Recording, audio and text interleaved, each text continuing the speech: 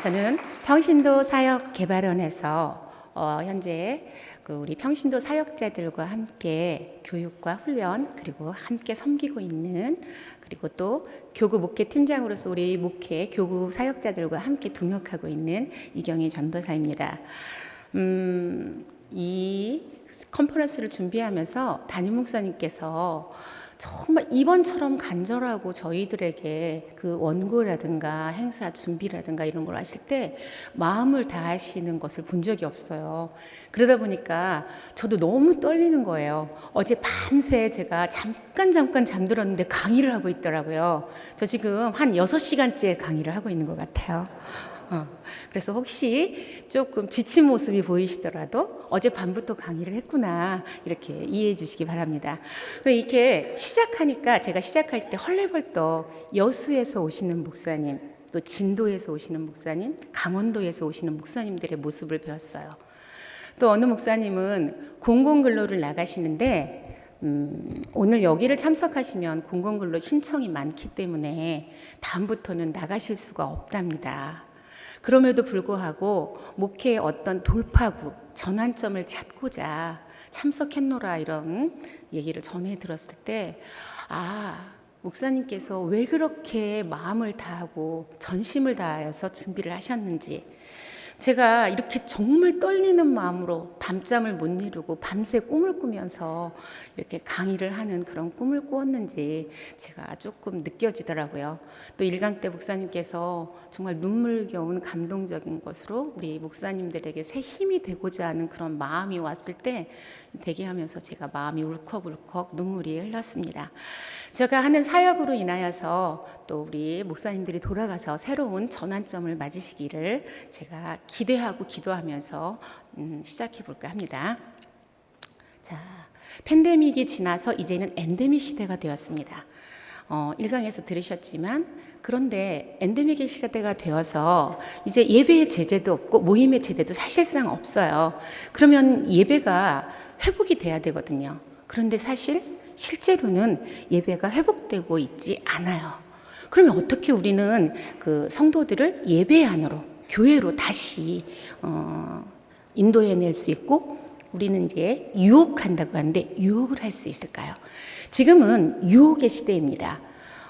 일상적인 평이한 것으로들은 우리 사람들의 마음을 움직일 수가 없기 때문입니다. 그래서 세해된 교회는 큰 교회니까 이런 유혹이 가능할 거야, 이렇게 생각하실 수도 있겠지만, 사실은 아이러니하게도 저희는 이 코로나 때 작은 그런 모임들을 소중하게 나누기 시작했습니다. 예전 같으면 큰 틀을 가지고 이렇게 사역을 진행했던 것들을 나눠서 쪼개서 모임을 갖기 시작했다는 거죠. 그러니까 오늘 참석하신 우리 목회자님들, 목사님들도 개척교회에서 안 돼, 미래자립교회에서 안 돼, 나는 교회 사이즈가 작으니까 안 돼가 아니라 지금이 오히려 어쩌면 기회일 수 있다는 거죠. 저희 세해된 교회가 예배의 탄력 회복성을 높일 수 있었던 가장 큰 이유가 작은 소모임, 살롱, 이런 모임들을 통해서 이루어지기 시작했다는 거죠. 1강 때 말씀하셨지만 하이브리드를 얘기하셨어요, 목사님께서. 저희도 현장에서 모든 하이브리드 사역이 진행되기 시작했죠. 그건 뭐냐면 온라인으로도 사역을 하지만 실제로도 하는 같이 균형 있는 사역들이 진행되기 시작했어요. 물론 코로나가 되니까 예배의 제재가 있었어요. 작은 교회는 작은 교회대로 19명이었고 설교하시는 목사님, 저희 세해된 교회 몇만 성도이지만 똑같이 19명이었습니다. 그런데 저희 목사님은 예배의 숫자를 늘리셨다고 말씀하셨어요. 7번의 예배를 드렸습니다, 주일날. 그러면 140명밖에 예배 드릴 수 없습니다. 그렇죠? 100명인 교회, 50명인 교회는 나눠서 예배 드리면 충분히 다 예배를 드릴 수 있는 상황이었다는 거죠. 저희도 고민이 그러니까 많을 수밖에 없었어요. 오려고 하는 성도들을 오지 못하게 막아야 되는 상황이었거든요. 그때 저희가 했던 사역들이 아까 줌, 간절한 이런 것들로 줌, 온라인 모든 것을 동원했지만 가장 중요했던 것이 저희가 이제 커뮤니티, 그러니까 인스타라든가 SNS 사역을 통해서 사역이 진행돼서 성도들을 만나기 시작했다는 거죠. 아까 목사님께서 인스타, 페이북 뭐 이런 거 말씀하셨잖아요. 가장 밀접한 게 뭐냐면 사실은 핸드폰에 있는 카톡입니다. 카톡에 단톡방 있죠?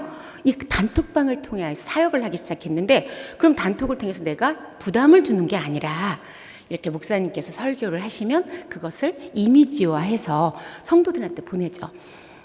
전화를 하면 우리 성도님들이 반가워하실 거야 이렇게 생각하지만 요즘은 천만에라는 거죠.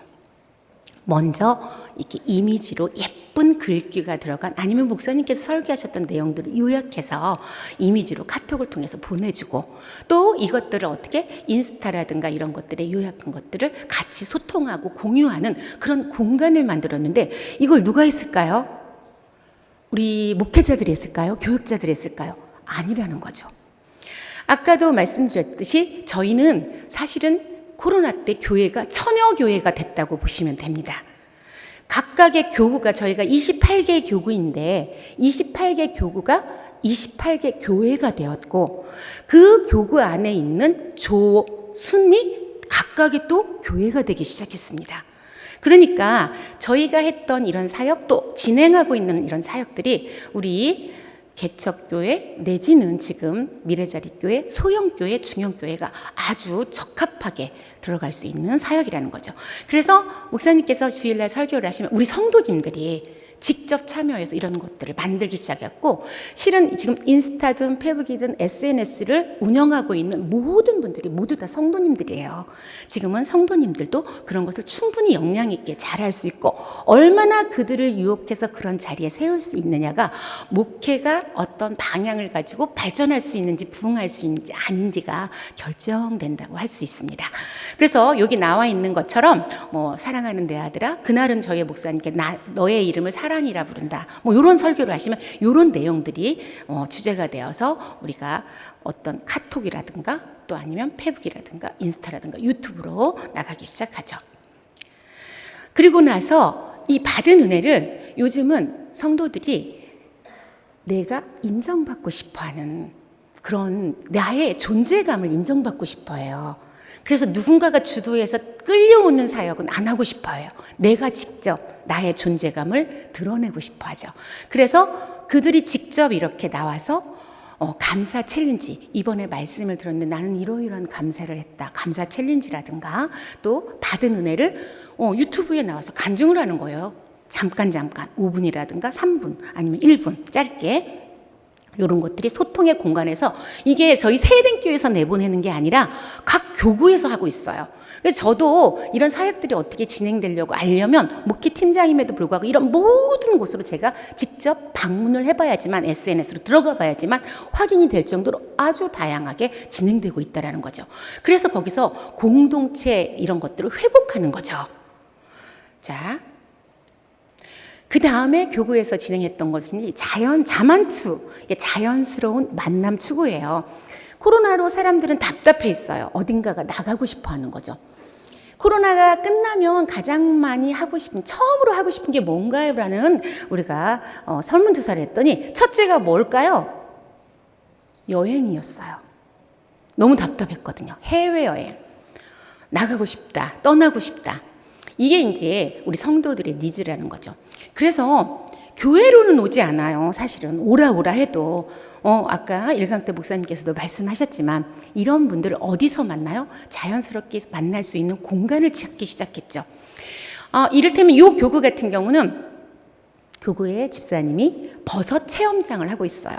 코로나 때 타격을 받았을까요? 안 받았을까요? 받았겠죠. 물론 안 오는가. 그래서 이분도 격려할 겸 SNS 본인 교구에서 SNS에 공지를 날린 거죠. 이렇게 버섯 체험장이 있는데 자녀와 함께 그런 소중한 시간을 갖도록 하겠습니다 했더니 정말 놀라운 일이 일어난 거예요. 교회를 출석하지도 않던 분들이 여기에 신청을 하신 거죠. 이게 이제 성도들의 그 니즈였다는 거죠. 아이들이 손을 잡고 버섯 체험장에 와서 체험을 하고, 그리고 이제 식사를 하고, 여기서 다시 공동체 이런 것들이 회복이 됐다라는 거죠. 이들이 나중에 자연스럽게 어디로 왔을까요? 회복이 되었으니 교회로 왔겠죠. 자, 이 답답한 사람들의 그런 마음을 알아서 모임을 주선하고 이렇게 살롱 어떤 동아리 활동을 할 때에도 나눴어요. 교구별로 한 게 아니라 교구 안에서도 각자 대상이 다르잖아요.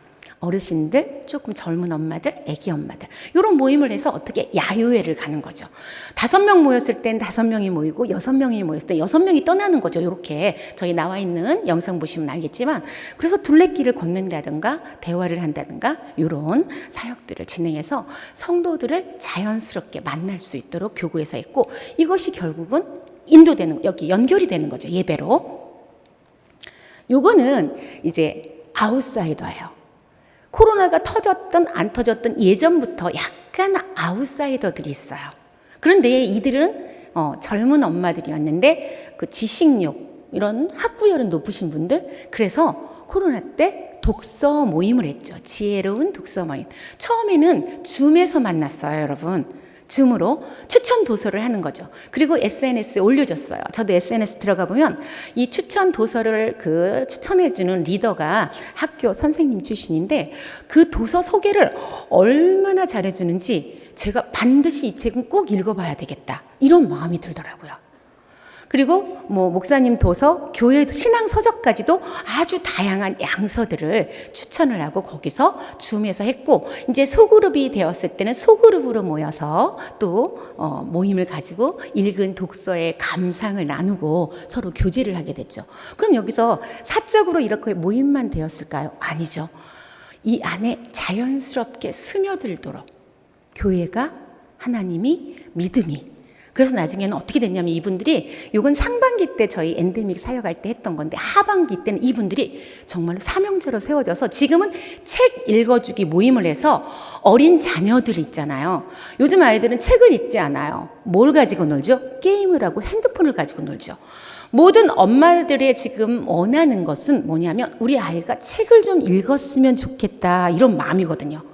그런데 아이들은 읽지 않으려고 하거든요. 그래서 이 책 읽어주기 모임에서는 어떻게 진행을 했냐면요. 9시가 됩니다. 예전에 TV에서 9시만 되면 띠띠띠 9시가 되었습니다. 어린이 여러분 잠자리에 들 시간입니다. 이거 기억나시죠? 요걸 기억하시는 분들은 나이가 좀 연식이 되신 분들. 네. 그런데 여기서는 띠띠띠 이제 책 읽어줄 시간입니다. 그래서 아이들이 어떻게 들어오냐면 상반기 때 이렇게 책 독서 모임을 했던 엄마들이 줌으로 아이들을 청하는 거죠. 그러면 여기에 믿지 않은 엄마들 또 아웃사이더라든가 관심 있는 엄마들이 처음 신청을 받아서 17명의 자녀들이 들어왔어요. 이거는 교회에서 한 게 아니라고 말씀드렸죠. 아까 작은 교구에서 실행한 사역입니다. 17명이 들어오면 컴퓨터를 켜주잖아요. 노트북을 켜줘요. 핸드폰을 켜주면 우리 아이들이 누워서 엄마들이 읽어주는 하루 20분에서 30분의 그런 재미있는 이야기를 들으면서 잠이 들게 되겠죠. 얼마나 좋은 반응이 나타났겠어요.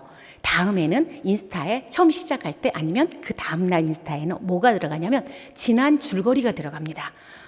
요약해서. 그러니 아이들이 먼저 줄거리를 보고 다시 또 밤이면 하는 이런 사역으로 진행됐다는 거죠. 그러니까 이렇게 참여를 하게 하고 직접 모임을 갖게 하고 관계 형성을 했더니 사명자로 세워지고 또 다른 연결고리가 돼서 사역으로 진행되더라. 지금 현재도 진행하고 있는 사역입니다. 그래서 지금 제가 말씀드린 이런 사례는 아주 약간 그런 사례고요. 저희 교구에서 한 달에 10가지 이상씩 아까 밖에 보시면 지금 사례들을 다 해놓은 것들이 있는데 저것도 약간 약식이에요. 저희 8층 복도에 가시면 각 교구마다 저희가 단기, 중기, 장기 사역을 플랜을 짜둔 게 있어요. 그 직접 성도님들이 그런 것도 한번 이따 쉬는 시간에 남으시면 8층에 올라가서 보시기 바랍니다. 그러면 어떻게 우리가 소통과 공감을 교구에서 작은 교회들이 되어서 성도님들을 유혹하고 그들을 사명자로 세웠는지 영상 한번 보시겠습니다.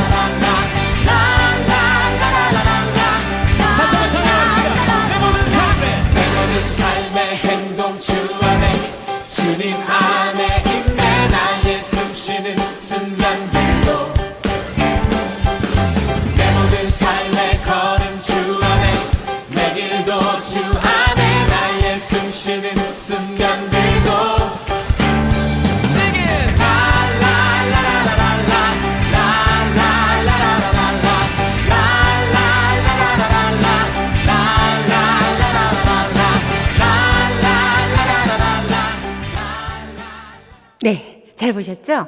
지금 요거는 저희가 그냥 간단하게만 요약해서 한 것이에요. 근데 이제 요렇게 저희가 사역을 진행하다 보니까 예배의 탄력 회복성이 확실하게 확 늘더라는 거죠. 이미 현장에서 이런 작은 모임 살롱 활동들을 통하여서 충분하게 관계 형성을 했기 때문에 교회 안으로 발걸음이 자연스럽게 나올 수밖에 없었다는 거죠. 자, 그러면 우리가 코로나 이전의 목회는 사실은 굉장히 단순한 목회였어요. 단순화된 이를테면 전도되어 온 성도님들을 우리 사역자님들, 교육자님들, 목회자들이 관리하고 케어하고 권면하고 독려해서 그리고 신방해서 예배로 인도하는 사역이었습니다. 그런데 이제 엔데믹의 시대가 되었고 제재가 없는데 성도들을 왜 오지 않을까요? 와야 하는데 열렸기 때문에 이거는 뭐냐면 일단은 시대가 변했다는 거예요. 저도 이제 목회 팀장이니까 교구 사역자들과 면담을 합니다. 미팅 때 제가 이제 이런 서로 질문을 하다 보면 왜 그럴까요? 라고 질문하면 전사님 성도들이 달라졌어요. 시대가 달라요. 예전의 성도들이 아니에요. 예전부터 목회를 하셨던 분들도 계신데 사역을 하셨던 분들도 그때 그 성도들이 아닌 것 같아요. 너무 힘들어요. 너무 원하는 게 많아요. 이런 얘기를 하는데 결국 종합해보면 이야기는 뭐냐면 시대의 변화 그리고 성도들의 변화 또 그리고 니즈 파악이 안 되었기 때문에 아까 목사님 김난도 교수의 말씀처럼 나노 시대 너무나 다양한 시대가 됐다는 거죠. 세분화된. 그러다 보니까 목회가 세상의 속도를 따라가지 못하고 있는 거죠. 세상에서 원하는 니즈는 너무나 많은데 그런데 아까 처음에 제가 말씀드렸듯이 그럼 답은 없나? 이 팬데믹 시대를 지나서 엔데믹 시대의 목회 그럼 달라져야 해. 변화가 필요해. 저희 목사님도 저희들에게 방향 제시, 가이드라인을 제시해 주시기 위해서 아까 말씀드렸듯이 저희가 워크숍을 가서 교육자들과 고민을 하고 고뇌를 하고 막 정말 저희도 면담을 저는 사실은 교육자 한 명과 2시간 반씩을 면담을 했어요. 저희가 28개 교구고 목사님들도 전도사님들도 있기 때문에 어마어마한데 평신도 리더들과 함께 하다 보니까 몇 날 며칠, 몇 주가 걸리는 왜? 고민에 빠진 거죠. 어떻게 변화가 필요하다 해요. 알기는 모두 다 아는 거죠. 저희도 똑같이 고민했습니다. 어떻게 이 변화를 수용할 것인가? 이 변화를 어떻게 진행할 것인가? 그래서 그때 저희 목사님께서 하셨던 말씀이 있었어요. 저희들의 심장에 박혔죠. 변화해야 할 거에는 빨리 순응하자. 그러나 변화하지 않는 것은 소중하게 지켜라. 이게 저희들의 이제 목회 방향 가이드라인이었습니다. 변화하지 않는 진리는 뭘까요? 아까 말씀드렸듯이 그 영혼 구원, 목양, 영혼에 대한 간절함, 절박함, 진정성 이런 거겠죠. 그런데 변화해야 되는 것은 뭐예요? 목회 방향이 전환돼야 된다는 거였어요. 그러면 어떻게 목회 방향을 전환해야 될까? 정말 중요한 건데 다양한 성도들의 니즈를 반영하는 거였어요. 그래서 성도들로 하여금 참여를 시키는 거죠. 참여시켜서 그 성도들과 관계 형성을 하고 그리고 그들이 자연스럽게 교회로 스며들어서 나올 수 있게 하는 건데 이 참여는 아까 말씀드린 것처럼 목회자의 주도하는 참여가 아니라는 거예요. 성도가 주도하는 참여라는 거죠. 성도들이 주인공이 되는 거죠. 그리고 다양한 접근이 필요합니다. 예전 같으면 교회 안에 남성교회, 여성교회, 장년, 어린이 이런 정도로 나뉘었다면 이제는 완전히 그 대상의 다양화뿐만 아니라 사역의 다양화, 세분화해야 돼요. 그래서 빠져나가는 성도들을, 이탈하는 성도들을, 오려하지 않은 성도들을 자꾸만 유혹하고 교회로 나올 수 있도록 하는. 그래서 사이즈를 작게 나눌수록 우리가 성도들을 다양하게 케어하고 섬길 수 있다는 거죠. 그리고 관계 형성입니다. 그런데 이 관계 형성을 사역적으로 접근하면 안 된다는 거죠.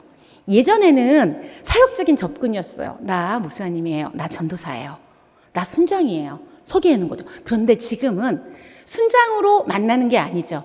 교회 동네 언니, 그냥 동네 아는 언니, 지인과 지인이 만나도록 해준 다음에 충분하게 관계 형성이 된 후에 자연스럽게 사역으로, 사명으로. 아까 우리 독서 모임도 보세요. 그냥 책을 읽고 싶어 하는 사람들의 니즈를 반영해서 만나게 해줬어요.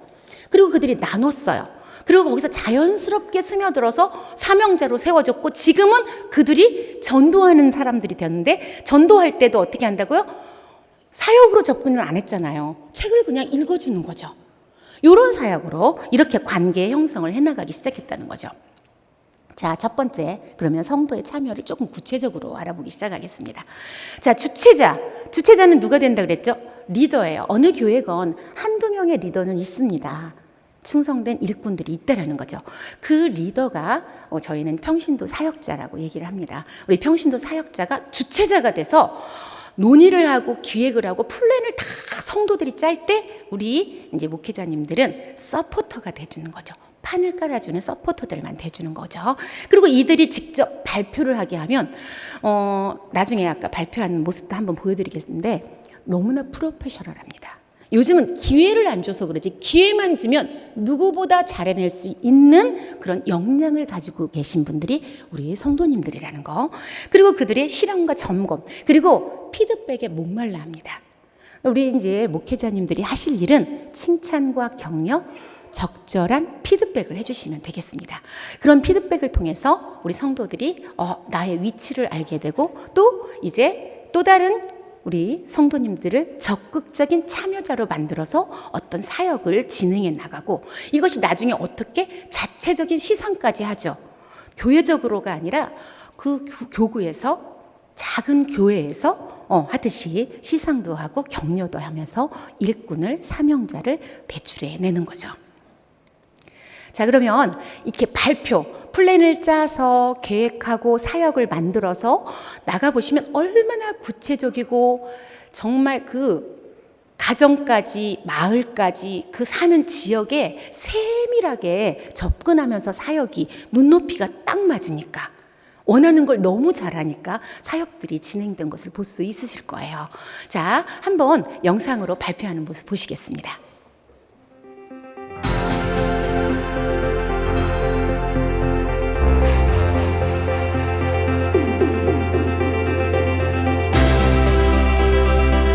뚱뚱하고 한 많은 여자라고 말했어. 정말 교회에서 공주 감사합니다. 누나야.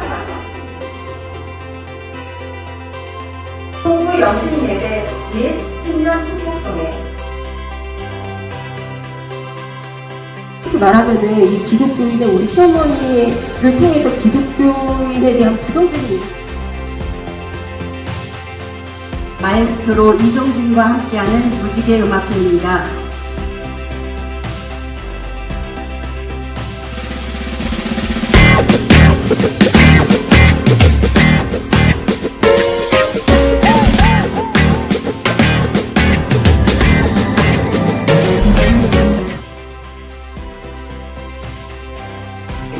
목표는 새 동아리 출범입니다. 저희 예배 회복에 관한 이제 전도 목표는 167명으로. 그 음악학원 원장님들에게도 그런 이미지를 이미 줬을 거라는 거죠.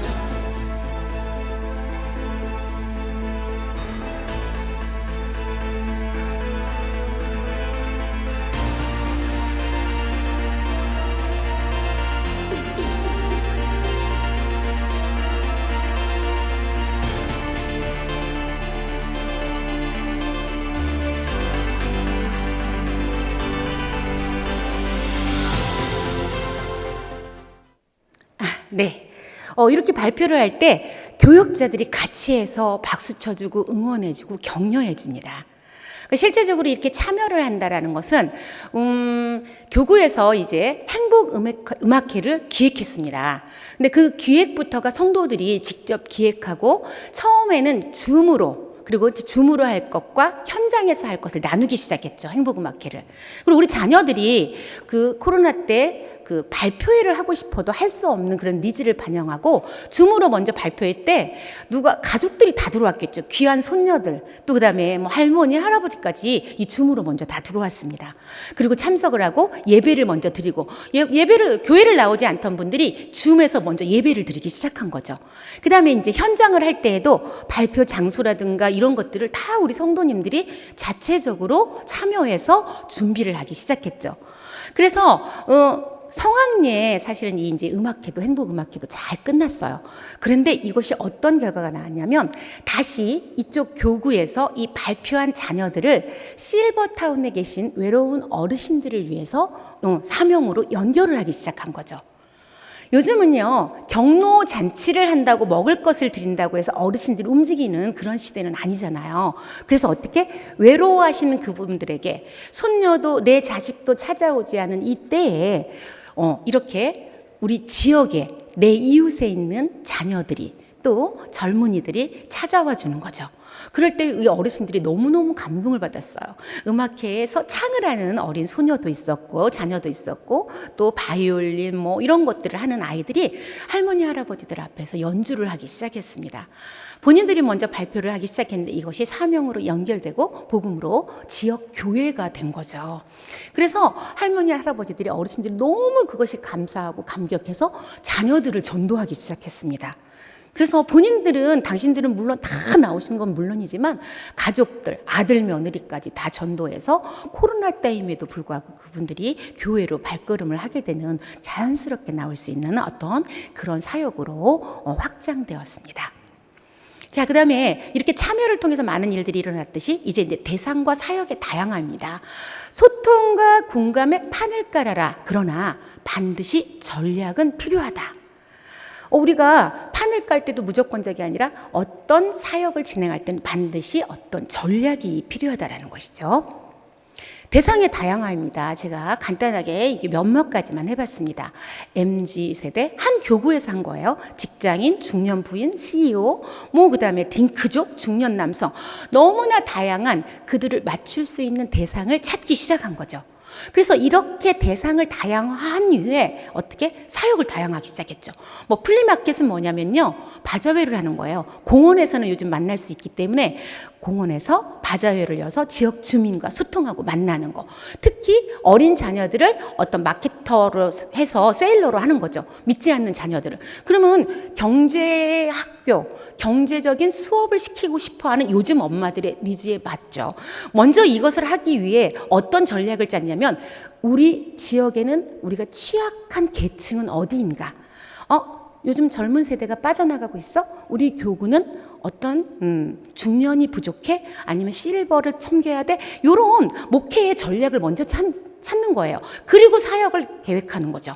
그러다 보니까 플리마켓 할 때도 우리 지역에는 굉장히 안티적인 자녀들을 전도에 어린이들에게 안티적인 젊은 엄마들이 많아 학교가 있는데 이랬을 때 여기 교구에서는 뭐를 했냐면요. 이미지 전도를 위해서 그 불신 자녀들을 어떤 세일러로 신청을 받은 거예요. 20명을. 그래서 이렇게 플리마켓을 할 때 그들이 직접 나와서. 그런데 아이들만 보내는 건 아니잖아요.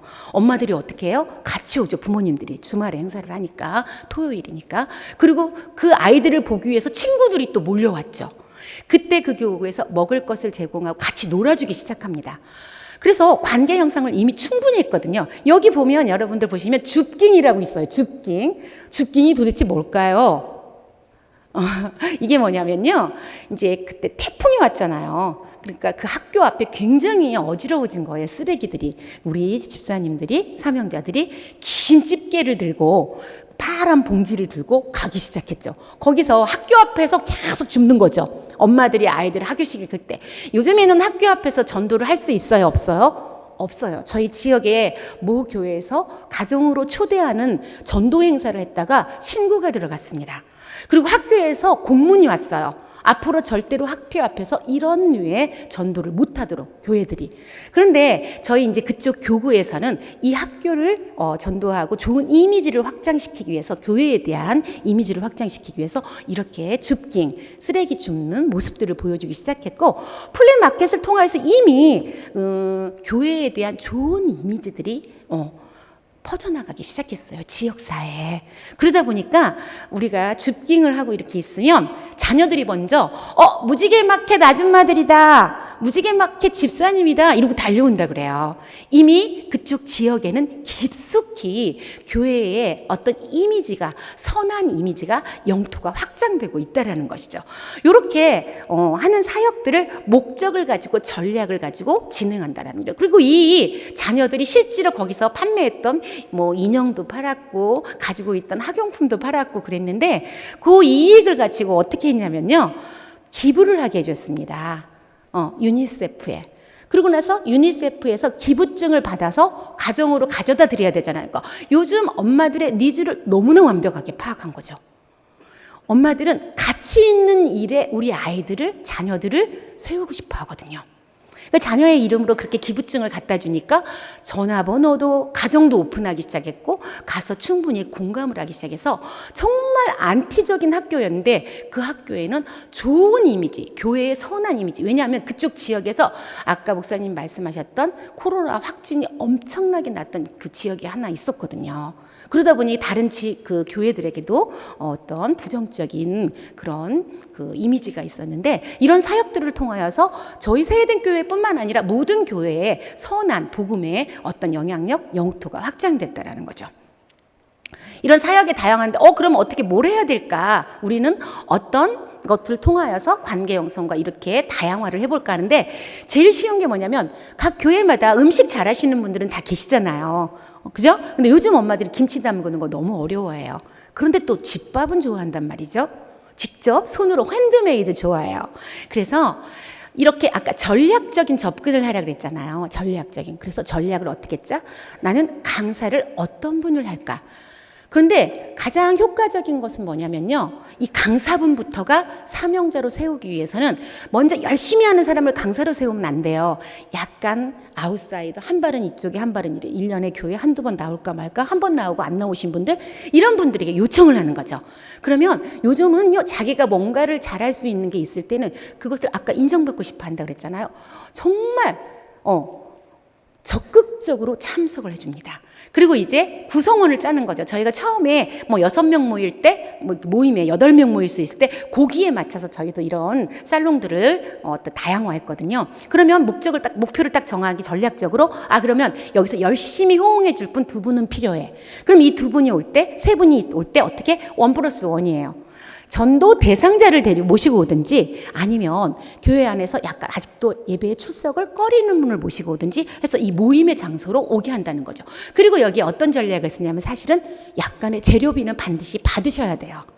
왜냐하면 돈을 내놓지 않으면 약속을 어기게 되는데 우리가 돈을 내서 가치를 이제 해놓으면 절대로 빠지지 않는다는 거죠. 그 자리에 참석을 하게 되죠. 그래서 자연스럽게 스며들고 교제를 통해서 이제 교회 안으로 나올 수 있는. 그러면 실질적으로 강사가 세워지죠. 그 다음에 1+1으로 따라오신 분들이 세워지죠. 이런 모임을 그래서 어떤 교구들은 2주에 한 번씩, 1주에 한 번씩 진행하는 교구도 있고요. 한 달에 한 번씩 정기적으로 이 원데이 클래스를 진행하는 교구들도 있었고요. 너무나 다양한 어떤 원데이 클래스를 하게 됐죠. 왜냐하면 그렇게 교회 안에 그런 재능을 가진 분들은 너무나 많고 나를 인정해주기만 하면 이분들이 나중에는 어떻게 되냐면 뜨개질 하시는 어떤 분이 계셨는데 그분은요 지금 각 교구를 돌아다니시면서 강사를 하고 계십니다. 이분이 출석을 할까요 안 할까요? 당연히 하겠죠. 나를 교회에서 인정해줬거든요. 맨 앞자리에 나오셔서 은혜를 받으십니다. 그리고 그분들에게 배운 분들이 또 다른 강사가 되기도 하고 이런 선한 영향력의 확장이 원데이 클래스를 통해서 이루어졌다는 거죠. 네, 이런 이제 관계 형성입니다.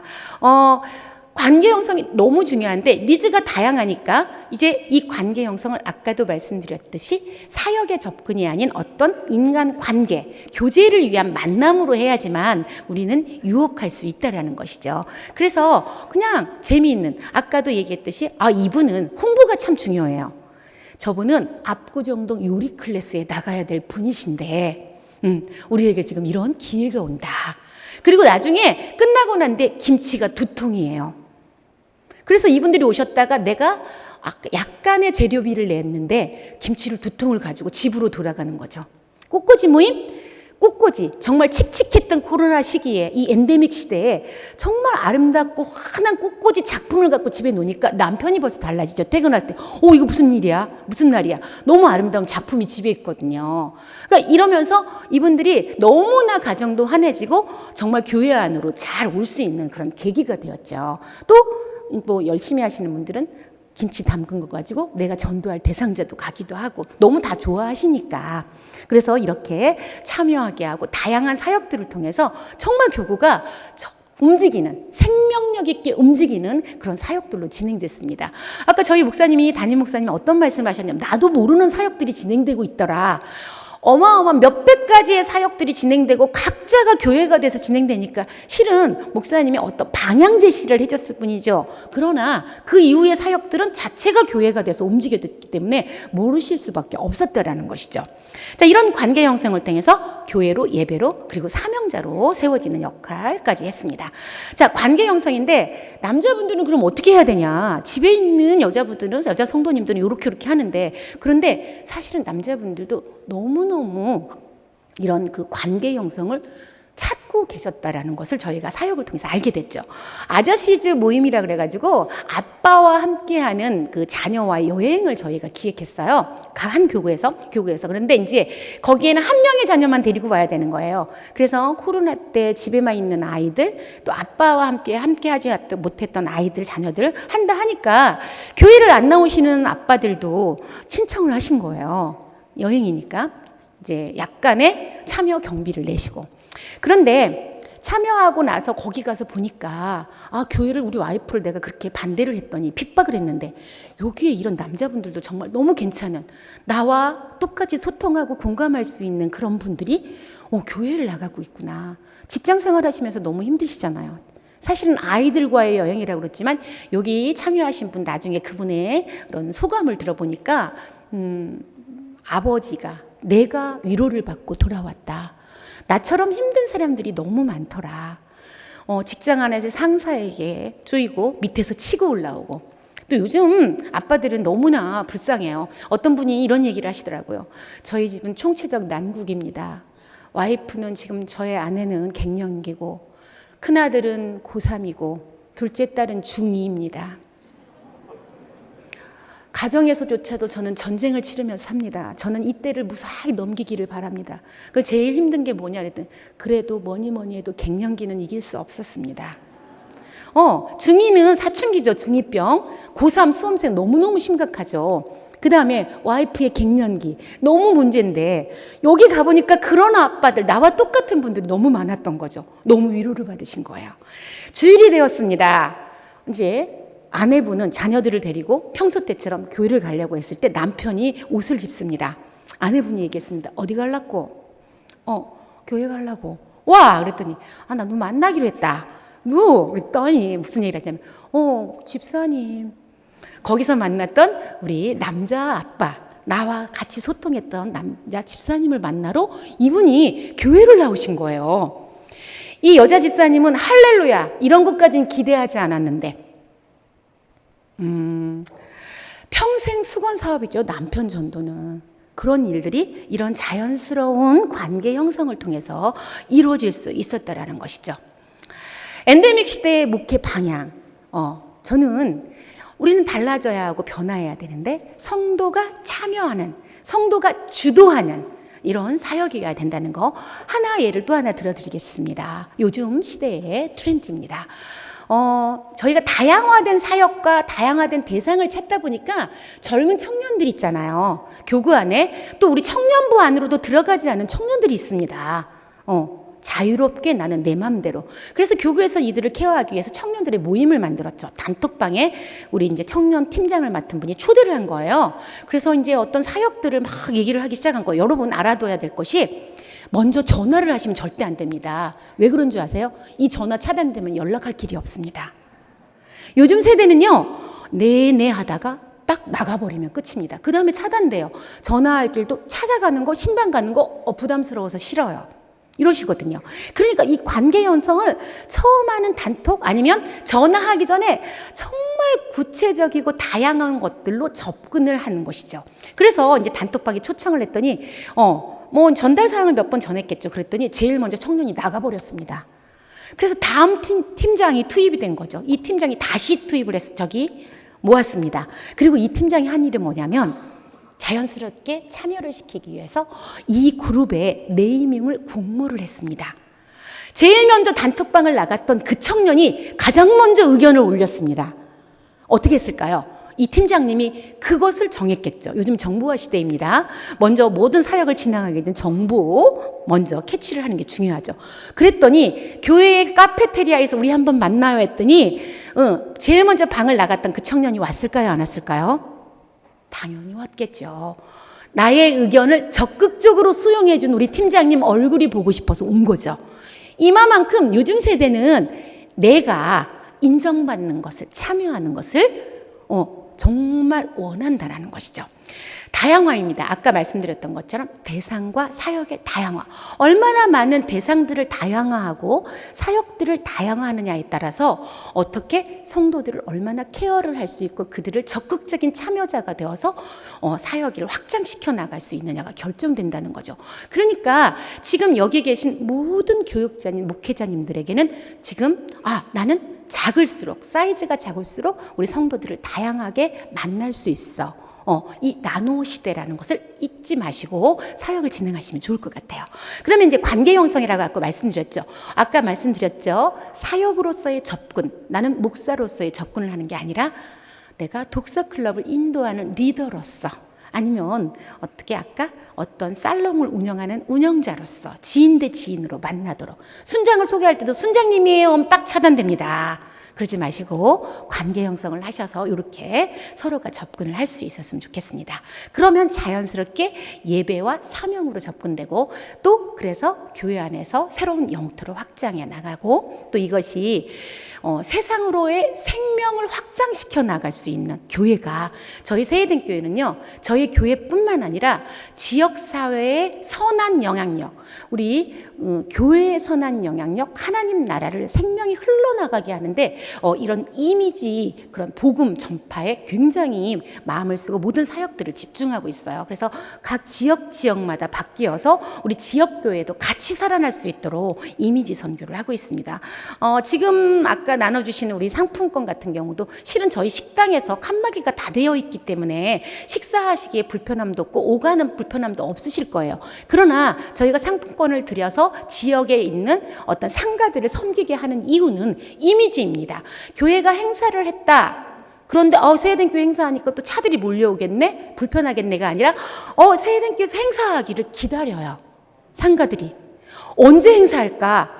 저 세이든 교회에서 언제 어떤 행사를 준비할까? 왜? 그러면 우리 목사님들이 다 식당을 이용하잖아요. 지역사회가 살아나게 되잖아요. 이런 이미지죠. 그래서 교회의 이미지를 바꾸는 그런 선한 그런 영향력, 생명이 흘러나가는 교회 4.0 세대를 이루기 위해서 노력하고 있습니다. 지금 컨퍼런스를 하는 것도 마찬가지겠죠. 그래서 우리가 교회 4.0 시대를 통해서 우리 목회 방향을 전하고 우리 목사님들을 통하여서 또 지금 저희 세이든 교회만 이런 컨퍼런스를 통해서 이렇게 교회 4.0 시대에 또 생명이 흘러나가는 걸 하는 것이 아니라 지금 이 자리에 참석하신 모든 교회가 이런 선한 영향력을 확장해 나가고 또 확장해 나가면 또 각 교회들이 부흥해서 교회의 4.0 시대를 이루어갈 수 있기를 저희는 기도하고 또 그런 그 의미에서 이런 사역들을 진행하고 있습니다. 돌아가셔서 제가 이제 했던 사역들이 사실은 간단하게 줄였지만 저희 교구 교육자님들이 한 교회의 담임 목사처럼 또 한 교회의 목회자처럼 사역을 진행하면서 저희 세이든교회 사역을 부흥시켰고 또 이 코로나 때 또 엔데믹 시대에 사역들을 진행해 나가고 있습니다. 돌아가셔서 사역을 하실 때 혹시라도 궁금하다, 어떤 도움이 필요하다, 자료가 필요하다 그러실 때는 언제든지 연락을 주시면 부족하지만 저희 세이든교회 또 목회 사역 하면서 났던 자료들을 통하여서 여러분들에게 전달해드리고 도움이 될 수 있는 그런 길들을 찾도록 하겠습니다. 우리 다 함께 선한 영향력을, 하나님 나라 영향력을 확장하고 그리고 또 교회의 시대를 이루어서 다시 한번 그 한국교회가 부흥할 수 있고 목회 생태계가 살아나갈 수 있는 그런 시대가 되기를 다짐하고 결단하는 그런 컨퍼런스 기회가 되었으면 좋겠습니다. 여러분 기도하겠습니다. 부족한 사람 강의를 들어주셔서 감사드립니다.